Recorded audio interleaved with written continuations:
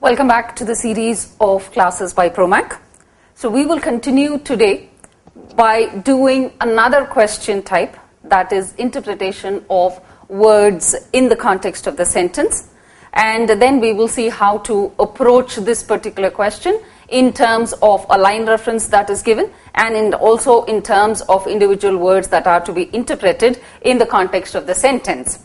Now, whenever we are interpreting individual words in the context of the sentence, obviously the entire sentence has to be taken as the framework. Now, when you take the entire sentence as the framework, as I've said, it's a framework, it establishes the context for which the word can be interpreted in the proper manner, because words can have various meanings.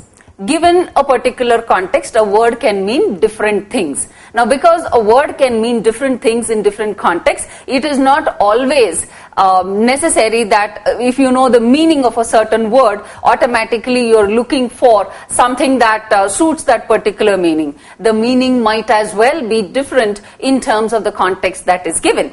Now, when we keep all these things in mind, when we are interpreting either a line reference, a particular phrase, or individual words in the context, it will help us to come to a very focused answer in terms of what we are supposed to keep as answer options that are to be considered, and also eliminate answers that cannot be at all considered in the given context. But also remember, whenever they test you on word meanings or line references, they are only testing you or your understanding on that particular sentence only, not in the context of the passage as a whole.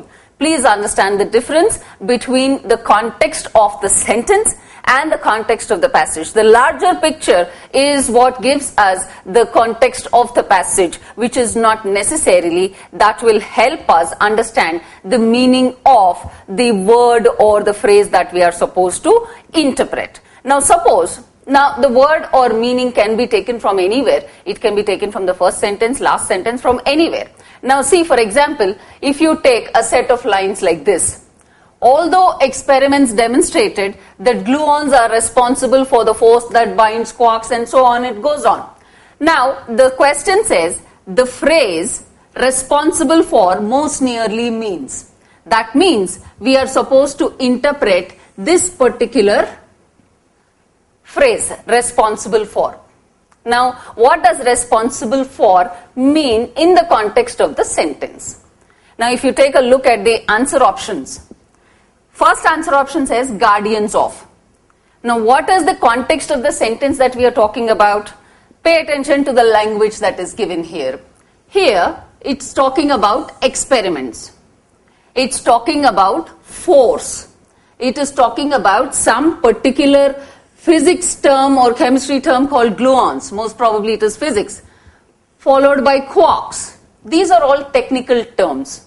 Now, when these technical terms are there in the context of the sentence and we are trying to interpret this particular word in the context of the sentence, obviously we cannot come to an answer which says guardians of, because here we are not saying somebody is taking care of something, though to some extent we can say responsibility is guardianship, maybe. So this question, for the time being, we can say that this is ambiguous. In our mind, there is ambiguity because we do not know whether this can be taken as responsibility, because guardians are responsible.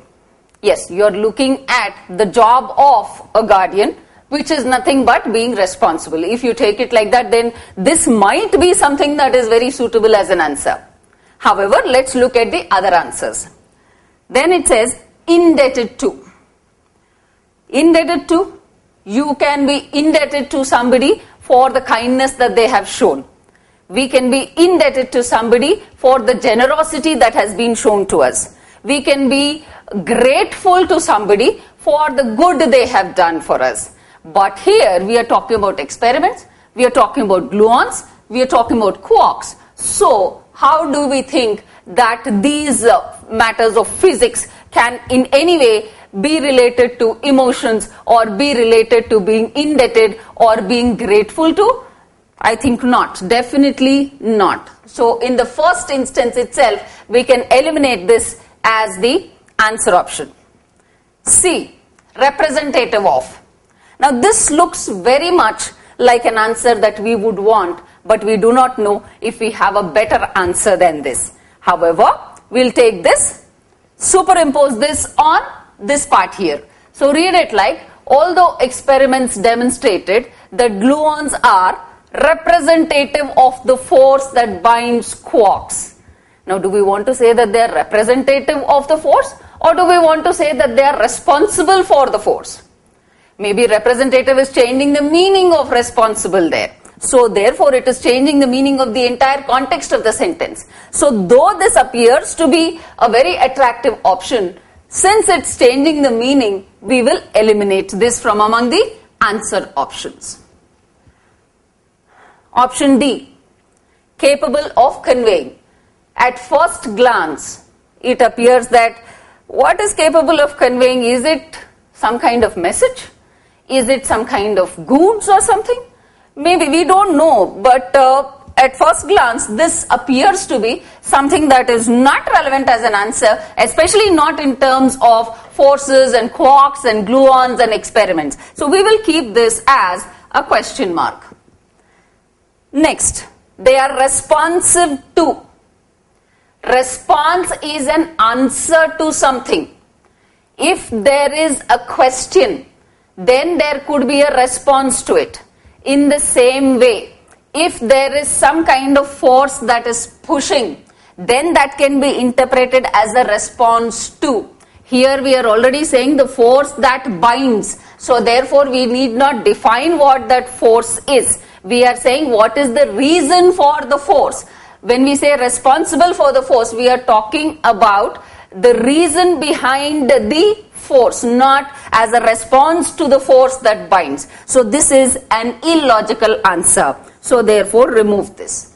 Now how many options do we have? We have two options. Option A and option D. Now between these two answers, again revisit guardians. Now take a check on this. Take this word guardians off, superimpose it here and read the sentence. Say, although experiments demonstrated that gluons are guardians of the force that binds quarks. Guardians are the force that binds quarks. Do you think that makes sense? Obviously not. Why does it not make sense? Because you are saying they are guardians. That means they take care of the binding force. They are responsible for, they are a reason for, not necessarily taking care of. So therefore, this can be eliminated. So option D is our right answer, though at first glance, we feel that it is probably capable of conveying is probably the first one that goes out of the window here, simply because we think this set of words does not go with the context that is being established. This is what I was talking about. I was telling you about how in the first instance a word can seem or an answer option can appear to be totally correct or totally incorrect depending on what we make out of individual words here. However, on closer examination, we see that this particular thing capable of conveying, if you take this, put it here, you say, although experiments demonstrated that gluons are capable of conveying the force that binds quarks, it is absolutely right, because that is the binding force. So our answer should be capable of conveying. So independent words, though they might be very simple, now if you take the word responsible for, there is no difficulty in terms of understanding the word responsible. It's a very, very, very, very basic word. So also if you look at the answer options here, you see that all the answer options are very simple. There is no trickiness in any of the words.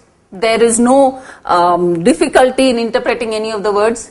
These are our everyday common words that we use. So as such, vocabulary that is being tested here is not vocabulary as in your SAT vocabulary as such, but it is testing your command of the language in terms of how you interpret a particular set of words.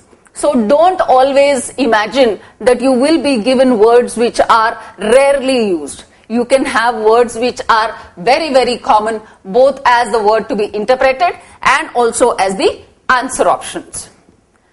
Now I hope that interpretation of individual words and phrases is clear to you. However, we will take a few more examples and then we will see further how this can change.